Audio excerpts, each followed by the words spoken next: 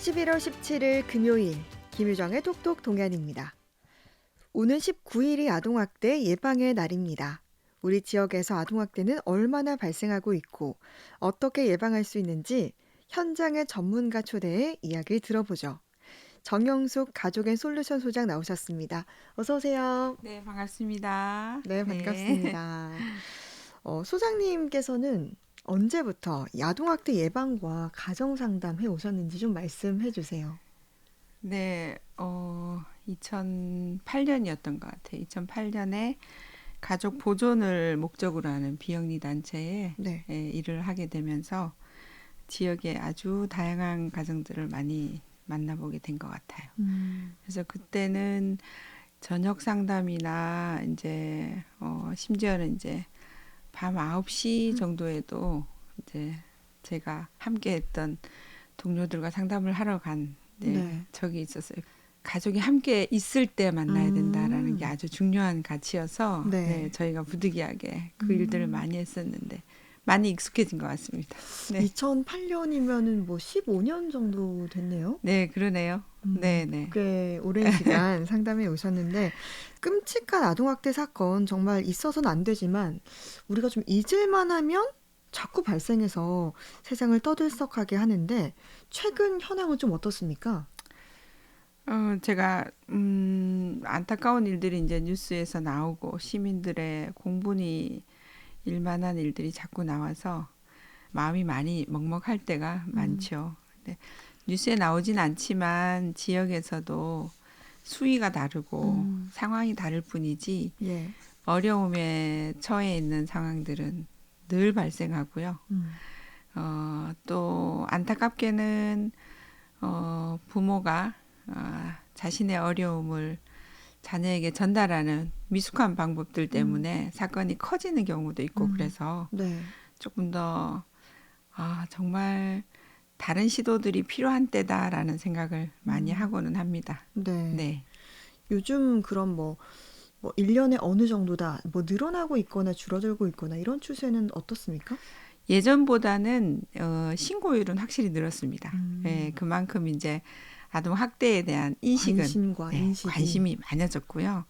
그리고 또 아동들 출산율이 아시죠? 많이 떨어져서 그렇죠.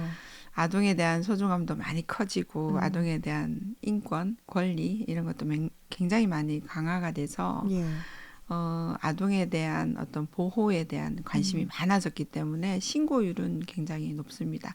상대적으로 네, 신고율이 높은데 학대로 음, 판단이 돼서 뉴스에 나오는 그런 사건들보다는 가정 내의 소소한 문제들을 음, 다르게 해야 되는 시점으로 보고 네, 학대로 인한 판정으로 인한 어떤 처벌보다는 네, 부모나 자녀가 조금 다르게 해보자라는 일반 음, 사례도 좀 많아지고 있는 것으로 알고 있습니다. 여전히 그러나 신고율은 많고 네, 학대로 판단되는 경우도 많습니다. 그렇군요. 근데 이렇게 보면은 학대 행위자 대부분이 친부모라고 하더라고요. 이게 뭐 생각해 보면은 어떻게 자기가 낳은 자녀를 그렇게 학대할 수 있을까? 참 이해가 되지 않는 부분이거든요. 고민이 많죠. 어떻게 네. 친부모가 그럴 수 있을까? 음, 예.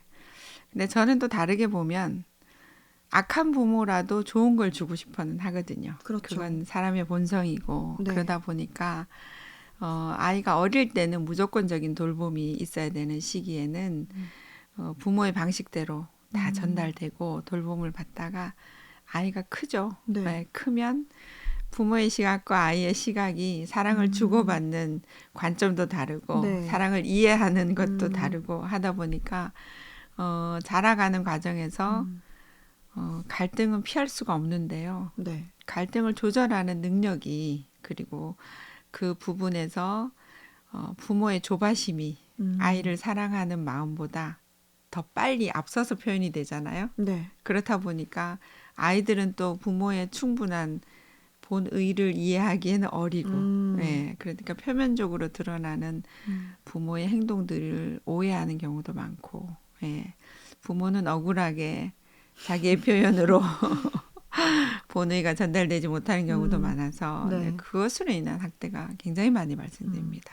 결국 뭐 서로가 싫어서라기보다 네. 좀 그런 갭 차이 때문에 네. 이런 학대까지 벌어지지 않나 싶은데 무관심은 갈등을 발생시키지 않습니다. 그렇군요. 그죠? 네.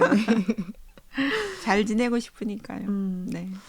이렇게 아동학대 신고가 많이 들어온다라고 하셨잖아요. 이렇게 신고가 들어오면 아무래도 그냥 신고만 듣고 할 수는 없으니 직접 나가서 뭐 확인을 해야 되고 얘기도 들어보고 조사 활동을 해야 할 것 같은데 이제 이런 활동들을 소장님 같은 분들이 하시는 거잖아요.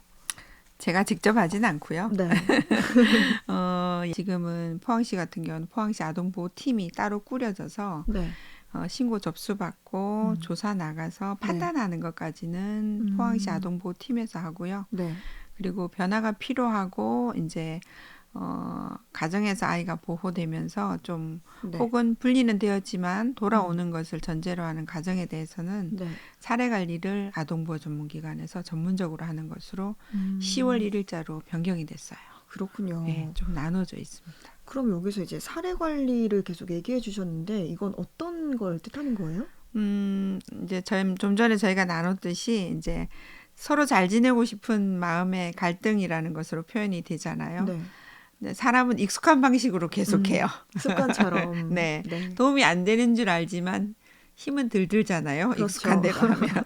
그렇다 보니까 똑같은 방식으로 계속 싸우고 아이는 커가는 과정에 이제 더 할 수 있는 한계를 뛰어넘는 행동들이 많아지죠. 네. 네, 그렇다 보니까 부모는 더 마음을 많이 쓰고 애를 써도 안 된다라는 좌절감도 커지고 네. 이렇게 해서는 관계가 더 멀어지지 가까워지진 않거든요. 그래서 사례 관리한다는 것은 이전에 가족들이 했던 방법들 속에서 유용한 것은 계속 유지하고 발달 주기가 바뀌었으니 부모님도 이제는 이런 익숙한 방법보다는 조금 다르게 함으로써 더 좋은 방법으로 네. 자녀와 지내보십시다라는 것을 가족 회의도 하고 가족들이 함께 만나서 서로 네. 해결책을 찾아서 다시는 학대라는 이름으로 만나지 않기를 바라면서 이제 짧게는 6개월, 길게는 9개월 요 정도 안에서 다른 시도를 통해서 가족이 잘 지낼 수 있는 것을 경험하는 시간을 갖습니다.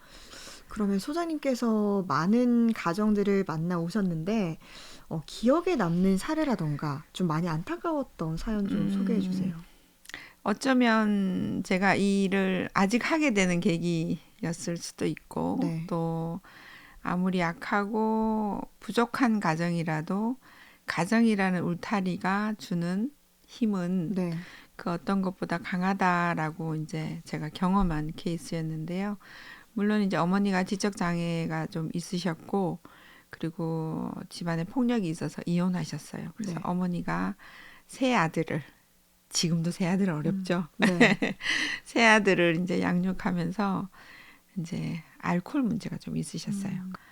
아이들하고 엄마하고 자주 싸우게 된 거예요. 그렇다 보니까 이제 지역 사회에서 나름대로 고민을 많이 하고 부모님과도 회의하고 동의해서 이제 다 분리를 좀 해서 네. 아이들도 건강한 습관을 가지고 건강한 발달을 위해서 양육해 줄 수 있는 곳을 찾고 엄마도 이제 장애인 복지관이나 이런 게 연계해서 조금 더 성장하도록 돕자라는 것으로 판단이 돼서 이제 그 과정을 실천하는 과정 중에 아이들이 먼저 분리가 됐어요. 네. 어머니도 이제 장애인 복지관이나 이런 데 이제 연계해서 하려고 하던 차에 집에 아무도 없잖아요. 네.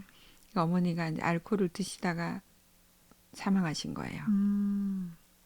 애들이 있었으면 또 엄마 그만 먹어 뭐 이런 얘기를 하거나 싸우더라도 네. 좀 다르게 할 수 있는 부분이 있지 않았을까. 그래서 뭐 분리를 해서 건강하게 자라는 방법도 있지만 그게 틀렸다는 게 아니라 함께 있으면서 지역 자원이 조금 더 다르게 개입이 됐더라면 어떨까라는 경험을 한 뒤로는 분리는 언제든 할 수 있다. 가족이 유지되면서 좀 해볼 수 있는 건 없을까라는 고민을 좀 더 많이 하게 된 계기가 된 것 같아요. 그렇군요. 네. 그런데 또 보니까 이 아동학대 조사를 할 때 이제 뭐 가해자에 대한 처벌을 위한 조사가 돼서는 안 된다 이런 말씀하셨더라고요. 네, 아동학대 조사 단계까지는 사실 아동학대 의심 신고를 조사하는 거거든요. 네. 그래서 정말 학대가 일어났나 아니면 이 학대라고 분류하기보다는 훈육의 차원이었나 이런 것들을 이제 면밀하게 살피는 게 필요한데 네. 예전에는 이제 조사 과정 자체가 경찰에서 시행하는 시스템을 썼어요. 그래서 어디서 이 행위를 했나, 네. 무슨 도구를 썼나, 뭐 어디서 때렸나, 네. 몇 대 맞았나 이런 것들이 중요했다면 그런 것들을 불필요하게 보진 않아요. 필요한데 이 가족이 그러면 이번 학대가 처음인가? 처음이라면 이전에는 때리지 않고 어떻게 양육할 수 있었나? 네. 예, 그래서 결국은 이 부모님들이 가지고 있는 그 생활 속에서 그리고 이 부모님들의 성품상에서 이제 가지고 있는 강점들 잘 키울 때도 있었구나. 학대하지 않고 네. 그러면 이 상황을 다시 학대가 아닌 훈육의 차원으로 할 수 있는 건 뭘까? 네. 강점 중심의 조사도 합니다. 그래서 결국 그렇게 됐을 때 이제 부모들이 좀 더 자기들이 의지를 가지고 다르게 해보겠다. 변화를 만드는 의지를 높이는 네. 그런 역할도 같이 합니다. 네. 저희가 계속해서 이제 아동 보호, 아동 학대 관련된 얘기하고 있는데 이게 뭐 나아가서는 결국은 건강한 가정을 유지하기 위해서 네, 네. 필요한 거잖아요. 가장 중요한 거 뭐라고 생각하시나요? 저는 어렸을 때보다 이제 청소년기가 부모도 업그레이드 되고 아이도 업그레이드 되는 시기라고 봅니다. 그래서 청소년기에는 자기들이 가지고 있는 생각도 많고 주장도 많아서 부모들과 의견 대치가 많죠. 예. 이럴 때 부모가 그 의견에 대해서 판단하거나 쉽게 판단하거나 부정적인 피드백을 먼저 주기보다는 문제 행동을 보거나 교정이 필요할 때 내가 너를 사랑하고 있다라는 게 먼저 전달이 돼야 예, 문제 행동의 교정을 위한 이야기도 좀 자연스럽게 스며들어요. 네. 그래서 교정 과정에서 아이가 부모의 감정이나 태도 때문에 두려움을 느끼기 시작하면 이미 교정은 실패거든요. 네. 그래서 평상시에 좋은 관계를 유지하고 평상시에 내가 너를 사랑하고 있다라는 것에 대한 메시지를 말이 아닌 행동으로 많이 주면 문제가 생겼을 때도 좀 이야기가 쉽게 된다라고 말씀드리고 싶어요. 네. 네. 끝으로 이제 소장님의 목표와 꿈, 또 바라는 점 들으면서 인터뷰는 마무리하도록 하겠습니다. 특별한 거대한 목적이나 이런 건 없고요. 오늘 만나게 되는 사람에게 최선을 다해서 집중해서 만나기. 이게 저의 목표입니다. 네. 네, 오늘 말씀 정말 잘 들었습니다. 네, 고맙습니다. 감사합니다. 네. 네, 아동학대 예방의 날을 맞아서 정영숙 가족의 솔루션 소장과 이야기 나눴습니다.